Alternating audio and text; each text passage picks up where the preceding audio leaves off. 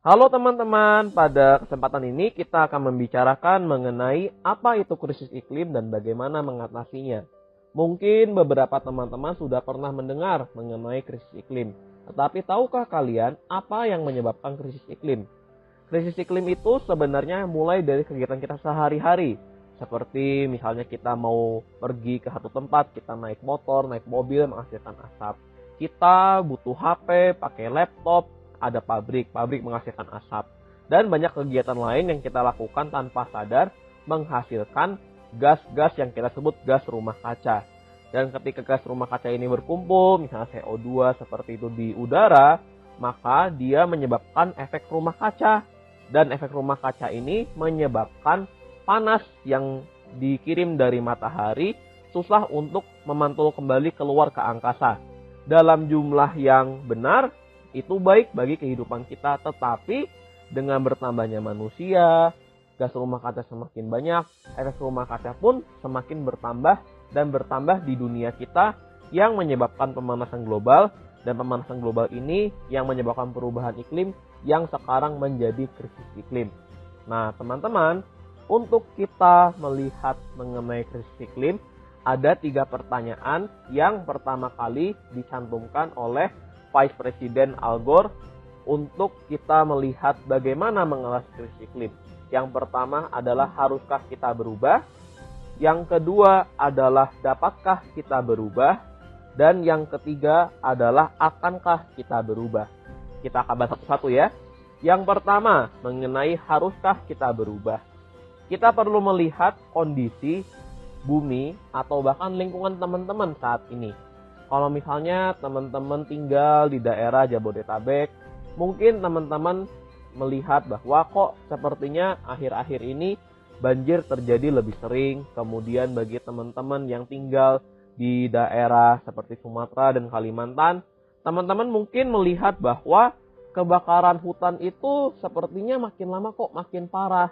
Dan teman-teman juga ingat di tahun 2015 Indonesia pernah mengalami kebakaran hutan di mana-mana yang polusi udaranya bahkan sampai ke negara-negara tetangga kita.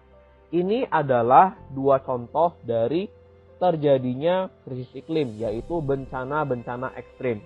Kalau teman-teman ingat tahun 2020 kita disambut tahun baru kita dengan kebanjiran di Jakarta.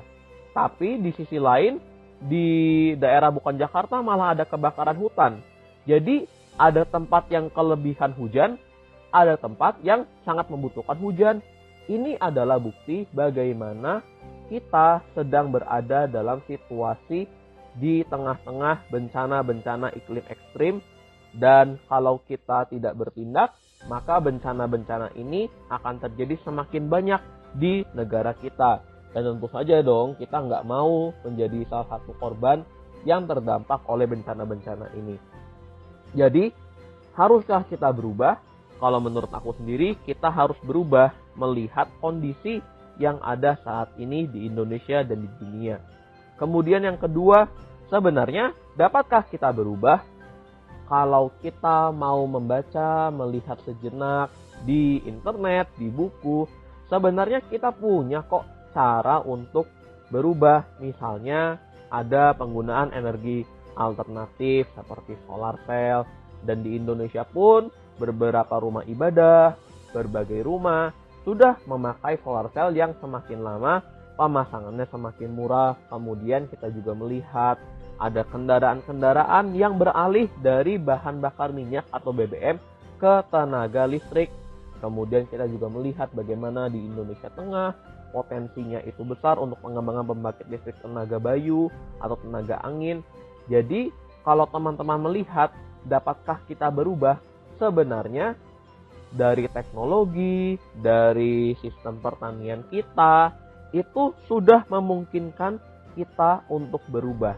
Ini membawa kita ke pertanyaan terakhir, yaitu akankah kita berubah?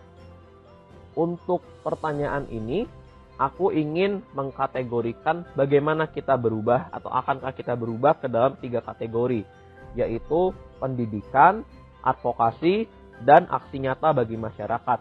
Pendidikan sebagai contoh kita memberikan pengetahuan dan mendorong orang lain untuk bisa melakukan